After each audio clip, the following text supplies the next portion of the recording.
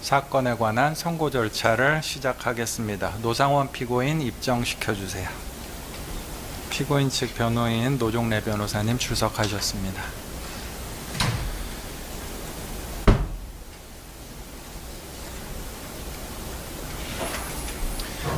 자, 노상원 피고인 잠시 일어서 주시겠습니까? 자, 생년월일이 어떻게 되나요? 주소가 있는데 맞습니까? 예, 맞습니다. 자, 지금부터 선고 절차 진행하겠습니다. 선고 절차는 통상 피고인 기립하에 진행되어서 시간이 조금 걸리긴 걸릴 텐데 서서 선고 절차 청취하시기 바랍니다. 네, 알겠습니다.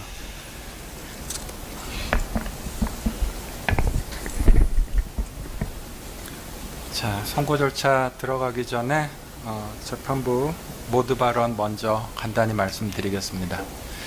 자, 이 사건은 작년 계엄 사태 이후 구성된 특검이 수사 기소한 사건 중 첫 번째로 선고 절차가 진행되는 사건입니다. 이 사건은 수사 개시 이전 단계부터 전 국민의 관심을 받으면서 실체 여부를 떠나 수사 과정 하나하나가 언론에 보도된 대상 사건이기도 합니다.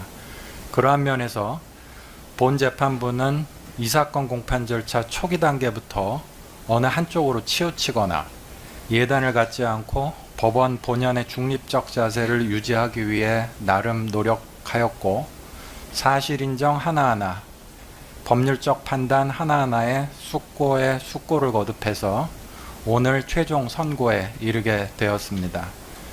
이 사건에 관한 증거조사가 재판부의 계획에 따라서 예정대로 마무리될 수 있도록 협조해준 특검과 변호인 양측에게 심심한 감사의 말씀을 드립니다. 지금부터 이 사건에 관한 선고 절차를 시작하겠습니다.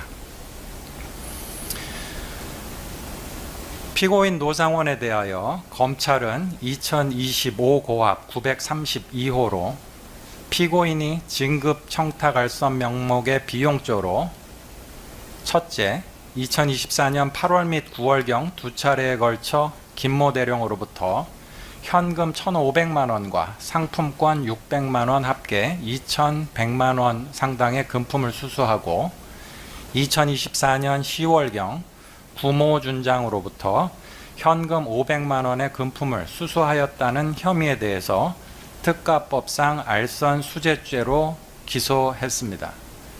그리고 내란 특검은 2025 고합 901호로 정보사 요원 등 개인정보 취급 권한이 없는 피고인이 2024년 10월 중순경부터 2024년 11월 19일까지 정보사령관 문모 소장, 정보사 대령인 김모 대령과 정모 대령으로부터 HID 요원 및 정보여단 소속 정보사 요원 등의 개인정보를 확보했다는 혐의에 대해서 개인정보보호법 위반죄로 이 사건 기소를 하였습니다. 그러나 이 사건 범행은 육군 정보병과 장성 출신인 피고인이 민간인 지위에 있으면서도 현역 국방부 장관 등 군 인사권자와의 개인적 관계를 내세워 진급 심사에서 탈락해서 절박한 상태에 있던 후배 군인들의 인사에 관여하려는 시도를 하고 계엄 상황을 염두에 둔 준비 행위로서 이 사건 수사단 구성을 주도하면서 인사에 관해서 자신의 도움을 받고 있던 후배 군인들까지 주요 역할을 수행하도록 끌어들인 범행입니다.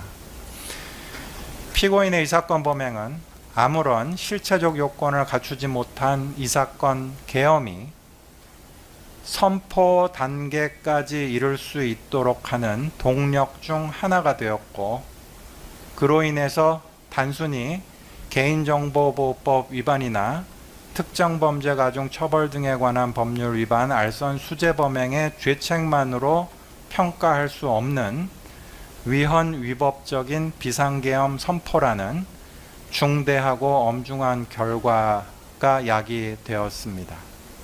그러한 점에서 피고인에게 그에 대한 엄중한 책임을 묻지 않을 수는 없습니다. 다만 피고인에 대해서 별도 공소 제기된 이 법원 2024 고합 1522호 사건이 특별검사법상 심리기간의 제한 등 문제로 병합되지 못한 채 진행되었는 바, 위 사건과 병합심리가 진행되었을 경우와의 형평은 피고인에 대한 양형 요소로 고려하여 피고인에 대한 최종 형량을 정합니다. 이상과 같은 이유로 피고인에 대해서 다음과 같이 최종 판결합니다. 피고인을 징역 2년에 처한다. 압수된 2025 고합 932호 사건의 증제 1호증, 8호증을 각 몰수한다. 피고인으로부터 2,490만 원을 추징한다.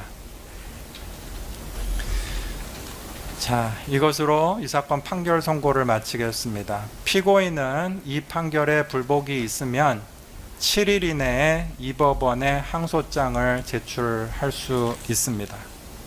이상으로 이 사건 판결 선고 절차를 모두 마칩니다.